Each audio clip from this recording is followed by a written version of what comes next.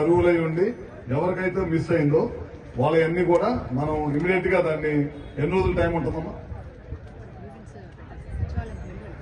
Grievance పెట్టించాలి మనం. వాళ్ళు తెలియదు కదా పెడతాం. వాళ్ళు మన టీచర్లో మన ఏ ఊర్లో ఆ ఊర్లో ఎంఈఓ మీటింగ్ పెట్టి అందరు ప్రిన్సిపల్ చెప్పేసి ఇమీడియట్ గా పెట్టించేసి గ్రీవెన్స్ ద్వారా క్లియర్ అవ్వాలి. వాళ్ళకి గ్రీవెన్స్ పెట్టించేదో వాళ్ళ తృప్తి కోసం కాదు, క్లియర్ అవ్వాలి, వాళ్ళకి డబ్బులు పడాలి. ఆ పని చేయాలి ఎట్టి పరిస్థితుల్లో. మీరు ఈ కార్యక్రమాలన్నీ కూడా మన ఊరికి సంబంధించింది, ఇవన్నీ కూడా చేస్తాము.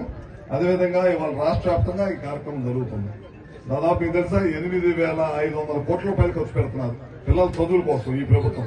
నాకు తెలిసి భారతదేశంలో ఏ ప్రభుత్వం కూడా ఇంత పెద్ద ఎత్తున పిల్లల చదువు కోసం ఖర్చు పెడుతున్న ప్రభుత్వం భారతదేశం మొత్తం మీద ఎక్కడ కూడా లేదు. ఒక్క కూటమి ప్రభుత్వం చంద్రబాబు గారి నాయకత్వం అని చెప్పడంలో ఏమాత్రం కూడా సందేహం లేదు. అదేవిధంగా ఇంకా ఎన్నో కార్యక్రమాలు చేస్తున్నారు. ఇందాక అడిగారు మిమ్మల్ని, 3 జతలు యూనిఫామ్ ఇస్తున్నారు. అదేవిధంగా స్కూల్ బుక్స్, బెల్ట్, బ్యాగు, ఇట్లాంటి అన్ని కార్యక్రమాలు. ఇందాక అనుకున్నట్టు మధ్యాహ్నం భోజన పథకం ఏ విధంగా జరుగుతుంది, మిమ్మల్ని కూడా వెళ్ళి రోజు ఎవరొకరు పేరెంట్స్ కూడా వెళ్ళి చూడమని చెప్పాము. ఇట్లాంటి కార్యక్రమాలన్నీ కూడా ఈ ప్రభుత్వం విద్యా వ్యవస్థలో పిల్లలు బలంగా ఉండాలి విద్య పట్ల అనే ఉద్దేశంతో ముఖ్యంగా లోకేష్ గారు ఈ కార్యక్రమాన్ని చేపట్టారు. ఇవన్నీ కూడా చేస్తుంది ఈ ప్రభుత్వం. తప్పకుండా ఇవన్నీ కూడా అందరూ కూడా ఉపయోగించుకొని పిల్లలు మంచి విద్యావంతులుగా తల్లులు తయారు చేయాలనేదే ఈ ప్రభుత్వ ఉద్దేశం అన్నమాట. ఇందాక చూసి ఉంటారు మీరు, పోయిన సంవత్సరం రాలేదు. రాకపోతే ఈ సంవత్సరం వాళ్ళు మా దృష్టికి తీసుకొచ్చి ఇమీడియట్ గా అధికారులతో మాట్లాడి 5 ఉన్నారు పిల్లలు, ఆయన కూడా చదివించడానికి ఇబ్బంది పడుతుంటే వాళ్ళందరూ కూడా 13,000 రూపాయలు ఈ సంవత్సరం క్లియర్ చేయించాం. అట్లా ఏదున్నా సరే మొత్తం కూడా క్లియర్ చేయించి అందరూ కూడా ఇచ్చేటట్టు చేయాలి. అదేవిధంగా ఈ కూటమి ప్రభుత్వం అధికారంలోకి వచ్చిన తర్వాత 16,000 మంది టీచర్ ఉద్యోగాలు కూడా తీసుకున్నారు. ఎందుకంటే మీరు చూసి ఉంటారు, అంతకుముందు 10వ తరగతి దాకా 5-6 క్లాసులు ఉంటే 4 టీచర్లు ఉండేవాళ్ళు. అన్ని సబ్జెక్టులు అదే టీచర్లు మేనేజ్ చేసేవాళ్ళు, చెప్పగలిగేవాళ్ళు కాదు. మేనేజ్ చేసుకుంటే ఎట్లా గంట స్కూల్ నడిపేవాళ్ళు. ప్రభుత్వ ఉద్దేశం ఏంటంటే ఇంగ్లీషు క్లాస్ కి ఇంగ్లీష్ టీచర్ ఉండాలి, సోషల్ క్లాస్ కి సోషల్ టీచర్ ఉండాలి, మ్యాథ్స్ క్లాస్ కి మ్యాథ్స్ టీచర్ ఉండాలి. అవన్నీ లెక్క చూస్తే 16,000 మంది కొడుతున్నారంటే ఇమీడియట్ గా డిఎస్సీని ప్రకటించి సంవత్సరం లోపలే, ప్రభుత్వం వచ్చిన సంవత్సరం లోపలే టీచర్స్ కూడా నియమించడం జరిగింది. 16,000 మంది టీచర్స్ నియమించడం అంటే దేశంలో ఎక్కడ కూడా ప్రభుత్వం ఒకేసారి 16,000 మంది టీచర్స్ నియమించిన ప్రభుత్వం ఏది లేదు, కూటమి ప్రభుత్వం మాత్రమే. అది కాకుండా ప్రతి సంవత్సరం కూడా ఎక్కడైతే ఖాళీలు ఉన్నాయో, పోస్టులు ఎక్కడైతే ఖాళీలు అయినాయో ప్రతి సంవత్సరం కూడా డిఎస్సీ ద్వారా టీచర్స్ నియమిస్తా ఉన్నారు. ఇంత పెద్ద ఎత్తున కార్యక్రమాలు చేస్తుంటే జగన్మోహన్ రెడ్డి వాళ్ళ ప్రభుత్వం అంటే ఇక్కడ మాట్లాడే విషయం కాదు టీచర్స్ మీద, కానీ చెప్పాల్సిన విషయం ఉంది. ఆ టీచర్ నియామకాలు సరిగ్గా జరగలేదని ఒక చెడు ప్రచారం చేసి ప్రజల్లో, మిగతా వాళ్ళు, ఉద్యోగస్తుల్లో ఒక భయప్రాంతం చేసే కార్యక్రమం చేస్తా ఉన్నారు. ఇట్లాంటి కార్యక్రమాలు మంచిది, సమాజానికి మంచిది కాదు, వ్యవస్థలు కూడా మంచిది కాదు. ఎవరన్నా అనుకుని నాకెందుకు లేదు చెడ్డ పేరు వస్తుంది ఇవన్నీ చేయకూడదు అనుకుంటే అది సమాజానికి నష్టం జరిగింది.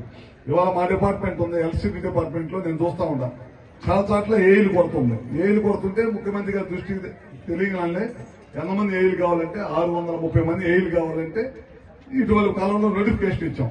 చాలా మంది నా దగ్గరకు వస్తున్నారు, ఏమన్నా నాకు ఏదైనా అవకాశం ఉంటే చేసి పెడతారో మీరని. అది నేనైతే ఏం చేయలేను. మీరు కంపల్సరిగా కష్టపడి చదువుకోవాల్సిందే, ఉద్యోగం రాయాల్సిందే. ఉద్యోగం రాయిస్తే అర్హులైన వాళ్ళందరూ కూడా కష్టపడి చదువు, ఎట్లయితే టీచర్ ఉద్యోగాలు ఎట్లయితే ఉద్యోగాలు వస్తాయి అదే మాదిరిగా వస్తుంటాయి. అందుకని అపోహలు చాలా మంది మోసం చేస్తున్నారు. నిన్నెవరో ఎస్పీ గారి దృష్టికి తీసుకెళ్ళా, ఎవరో ఫోన్ లో ఎనర్జీ డిపార్ట్మెంట్ పెట్టుకున్నారంట, పెట్టుకుని నీకు ఉద్యోగాలు ఇప్పిస్తా అని తిరుగుతున్నారంట. వాడు ఇప్పటికే చాలా మందిని మోసం చేశారంట. ఉద్యోగాలని ఎనర్జీ డిపార్ట్మెంట్ లో లేదా పోలీస్ డిపార్ట్మెంట్ లో ఇట్లాంటి ఉద్యోగాలు ఇప్పిస్తారంటే పాపం చదువుకున్న పిల్లలు ఏంటంటే కష్టపడి చదువుకున్నాం కదా, ఏదో ఇంత వెళ్ళి చదివించారు, ఇంకేదైనా డబ్బులు ఇస్తే ఉద్యోగం వచ్చిందని ఒక ఆశతోటి మోసపోతుంటారు. నేను ఈ వేదిక ద్వారా రాష్ట్ర ప్రజలందరూ కూడా చెప్తా ఉన్నాను, ఎక్కడ కూడా మోసపోవద్దు. చాలా మంది అవకాశాన్ని ఆసరాగా తీసుకుని మోసం చేసేవాళ్ళు కొంతమంది తయారవుతూ ఉంటారు. చాలా జాగ్రత్తగా ఉన్నాయి. దృష్టి అంతా కూడా ఎగ్జామ్ మన డిపార్ట్మెంట్ కానీ, టీచర్ ఉద్యోగాలు కానీ, డిపార్ట్మెంట్ ఉద్యోగాలు, ఏ ఉద్యోగాలైనా కష్టపడి చదువుకొని పాస్ అవుట్ తప్పక మార్కెట్ లో ఇట్లాంటి మోసపూర్వమైన మోసం చేసే వాళ్ళు మాత్రం ఎట్టి పరిస్థితుల్లో నమ్మొద్దని చెప్పి కూడా మరొకసారి తెలియజేసుకుంటూ, మీ గ్రామానికి ఇట్లా ఇంత పెద్ద ఎత్తున ఈ ప్రభుత్వం ఈ కార్యక్రమం చేస్తుంది. అందరూ కూడా జాగ్రత్తగా ఉండి ఊర్లో స్కూల్స్, విద్యా వ్యవస్థను గాలిలో పెడితే కనుక అన్ని వ్యవస్థలు గాలిలో పడిపోతాయి. అట్లా ఇంకా మీ గ్రామానికి కానీ మీ ఊరికి సంబంధించి ఏదైనా సరే తప్పకుండా నా వంతు సహాయ సహకారం తప్పకుండా అందిస్తాను. ఇందాక మన వాళ్ళు రోడ్డు ఓపెన్ చేసినప్పుడు ఇంకొక 2-3 రోడ్లు చెప్పారు. ఇవాళ పొద్దునే చూసాం వలపర్ల నుంచి రాంపూర్ వెళ్ళే రోడ్డు చండాలం ఉంది కలెక్టర్ గారు. మీరు డిఎంఎఫ్ లో పెడతారో ఏం పెడతారో మీరే ఎదుర్కొని నాకు ఆ రోడ్డు ఈ పేరెంట్ టీచర్కి వచ్చిన సందర్భంగా మిమ్మల్ని అడుగుతా ఉన్నారు. ఆ రోడ్డు పెట్టండి. పొద్దున వీడియో వచ్చింది, పిల్లలు సైకిల్ తొక్కలే దొక్కుతున్నారు.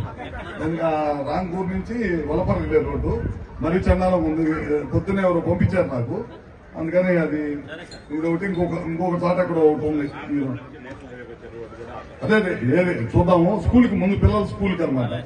నేను సైకిల్ ఇచ్చినా వాళ్ళకి ఉపయోగం లేదు. అది ఎక్కి కొద్ది దూరం దొక్కగానే వాళ్ళకి ఇబ్బందిగా ఉంది. అదొకటి డిఎంఎఫ్ లో కానీ దాంట్లో పెట్టాలని చెప్పి కోరుకుంటూ ఈ అవకాశం ఇచ్చి ఈ గ్రామంలో ఈ కార్యక్రమంలో పాల్గొనే అవకాశం ఇచ్చినందుకు అందరూ కూడా మరొకసారి నమస్కారం తెలియజేసుకుంటూ సెలవు తీసుకుంటాం.